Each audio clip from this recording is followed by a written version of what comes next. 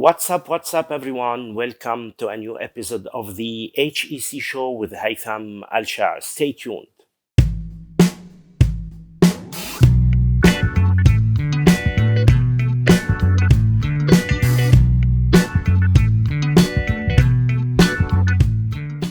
In 2006, 2007, I decided to start teaching the Aramaic language.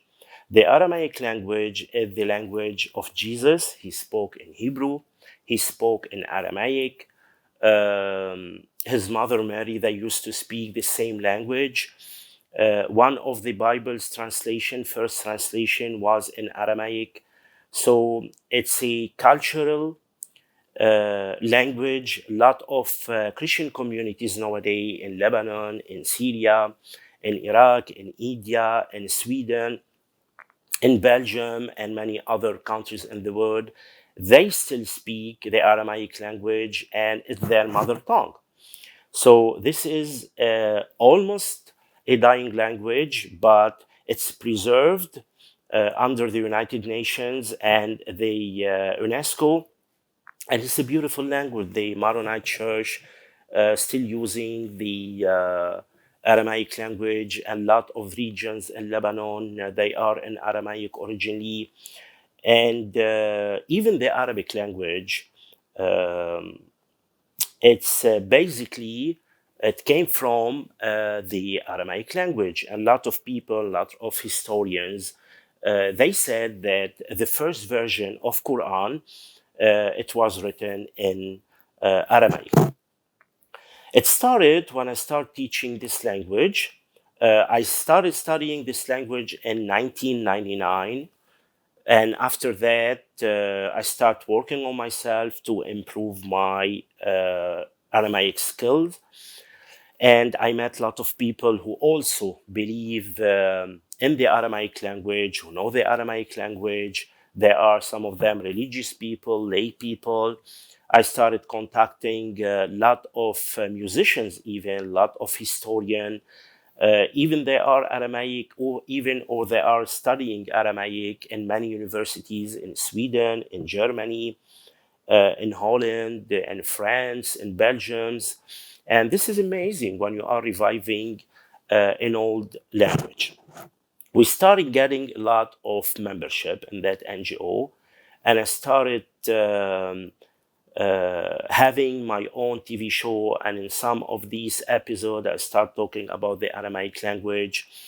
I was hosted on an international and local media to talk about my work. And it was something amazing. I was so happy to do that. We didn't have the money. I didn't have the money really to start with this NGO, but I was so excited to revive a language and to meet a lot of people who believe in this language. And we know that it's good to have a beautiful diversity in any country, and it's a continuity.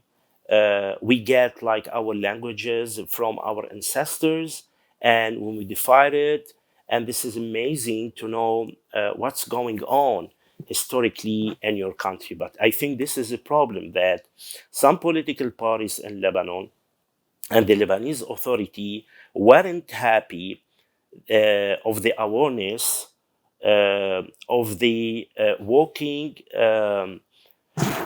enlightening ideas that we are sharing, that we are not only Arabs, we share a lot of values of the Aramaic people, and a lot of Lebanese, they think that we are the ancestors of the Phoenician people. We are not only Arabs. And this is one of the main problems in Lebanon, that a lot of people in Lebanon, they support to that Lebanon will be a part of Syria. Lebanon will be a part of a great country, Arab nation. A lot of Lebanese, they say no, we are Lebanese. We have good connection with the Arab world, and also we have a good connection with the Western world. And this is why in the 60s, Lebanon was the Switzerland of the East, because the majority of the people At that time, they believed that Lebanon is a free country. Lebanon has an affiliation with the West, and we have one of the best banking system in Lebanon. And it was a touristic, beautiful country. And after that, the war started between Palestine and Israel, and then between the Palestinian and the Lebanese. And the people or the political movements, political parties who are against, let's say, the people who wants Lebanon a free country, they decided to join the Palestinian, and the war started in Lebanon, the civil war, when the Palestinian and some Lebanese political party, they started supporting the Palestinian to get rid of this amazing cultural diversity in Lebanon, and they started implementing their own ideology in Lebanon. And unfortunately, Lebanon now, I visited Lebanon like a few months ago. I was horrified. I was horrified because I thought myself visiting Kandahar or visiting any other country that you have a terrorist group that they are taking control of the government.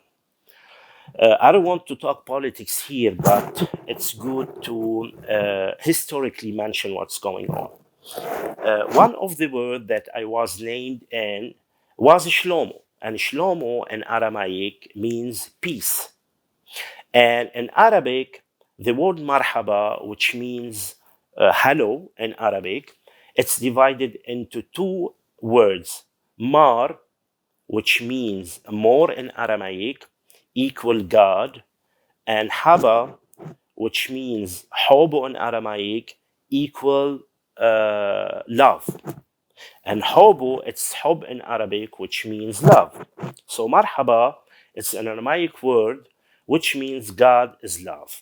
It's equal like to peace. Shlomo, peace with you. It's in Arabic, salam. It's like the same pronunciation always, almost. And the Jewish people, they say shalom. So you have Shlomo, and you have shalom, and you have salam. So when we decided to use the word Shlomo, they started getting really afraid from us. First of all, they said they are a bunch of people. They don't know what they are doing. They are a small community. They are like student universities. And after that, we start getting hundreds of students. And we started making activities.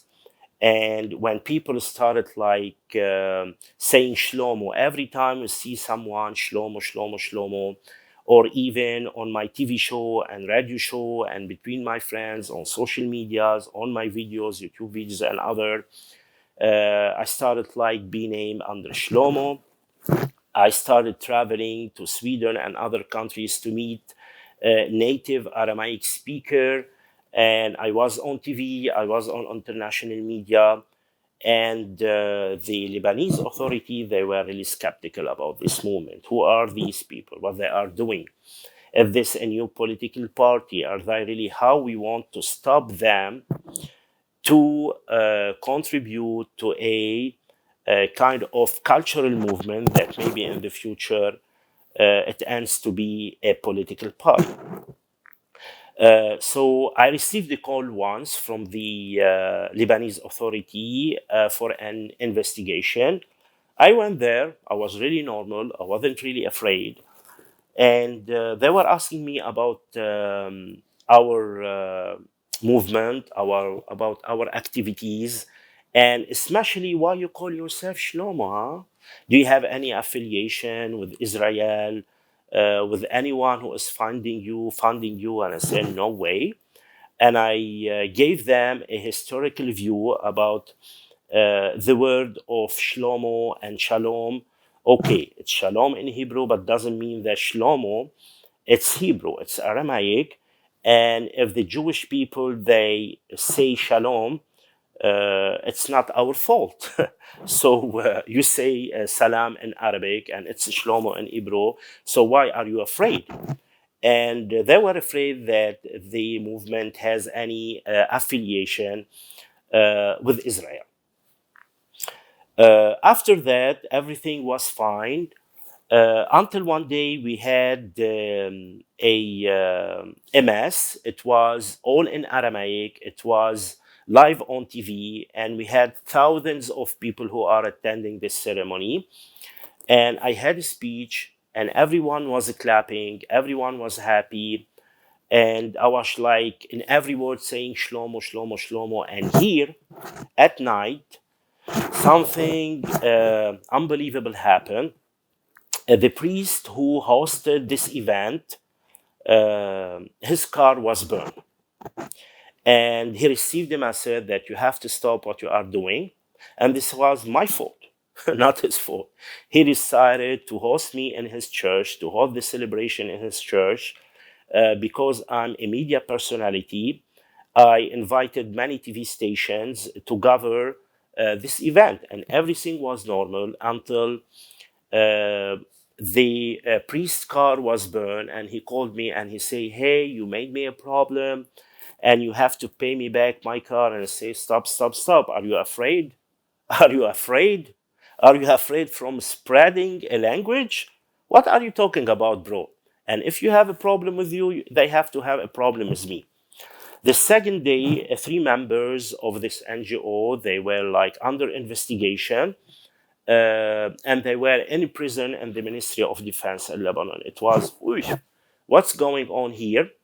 And they were asking them about the activities of the NGO, but about me. Why this man, he chose to name himself Shlomo? Does he have any affiliation with Israel? Blah, blah, blah, blah, blah, blah, for 3 days, until I call the authority and I say, "Hey, if you have a problem with this NGO, come and talk to me. Come and face me, man to man. Come and face me. What's the problem? If you have any accusation, come burn my car. Come like kill me. Come persecute me. Put me in jail." But those people, they don't have any problem. That priest, he doesn't have any problem. He's free from anything. He loved the movement. He loved the Aramaic language. We were celebrating a normal religious event. It was on TV. So why are you making this persecution against us? So the three of my friends, they were released from jail, and they called me and they told me what happened to them. And after that, I was under investigation too. And I talked freely, and I said, "Hey, if you have any evidence that I have any relation with Israel, if I am launching a political party, accuse me, put me in jail, okay? I am a Lebanese citizen. I understand the problem between Israel and Lebanon. Against the war between Israel and Lebanon, to be honest. And I know that Lebanon doesn't have any peace agreement with Israel. So as a Lebanese citizen, you aren't allowed to make any connection with any Israeli person anywhere on social media, in your travel, I don't know what.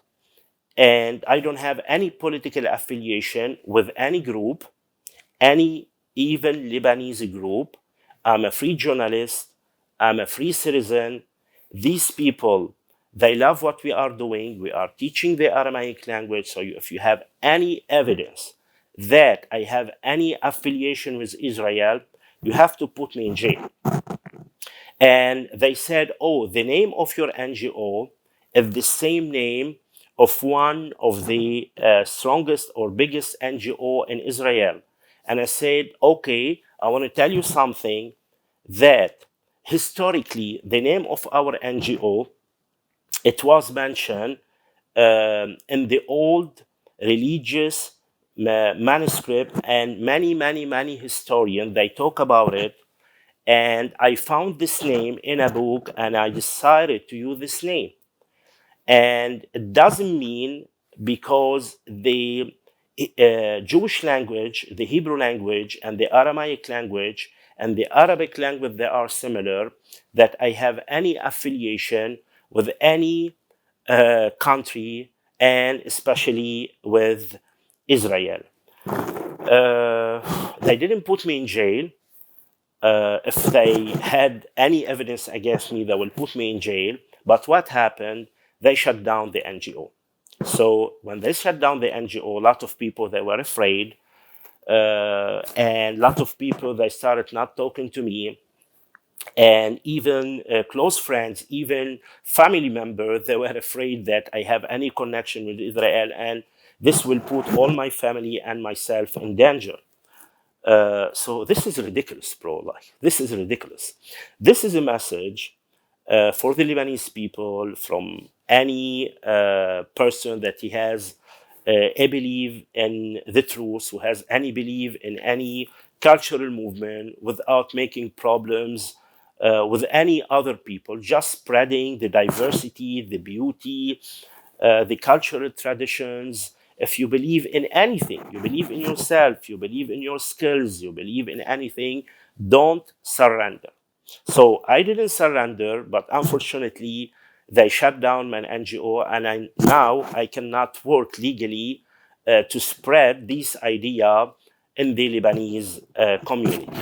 Unfortunately, as an American, I want to say that this is what's going on in America, that we don't have really freedom of speech.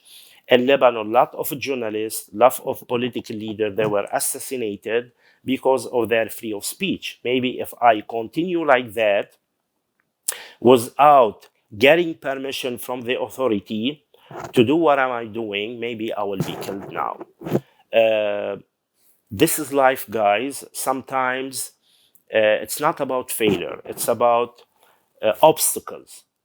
Don't be afraid from obstacles. This is why I decided to launch my YouTube channel again, to speak freely, to talk about my beliefs, about my journey, about my adventure in Arabic and English. I'm not here to offend anyone. I'm here to share the beauty of life, the beauty of diversity, the beauty of culture, the beauty of languages, and your support. It means a lot to me. So don't forget to subscribe to this channel, like this video, and share it on your social media. Thank you so much again. This was Haytham El Chaer from the H.E.C Show.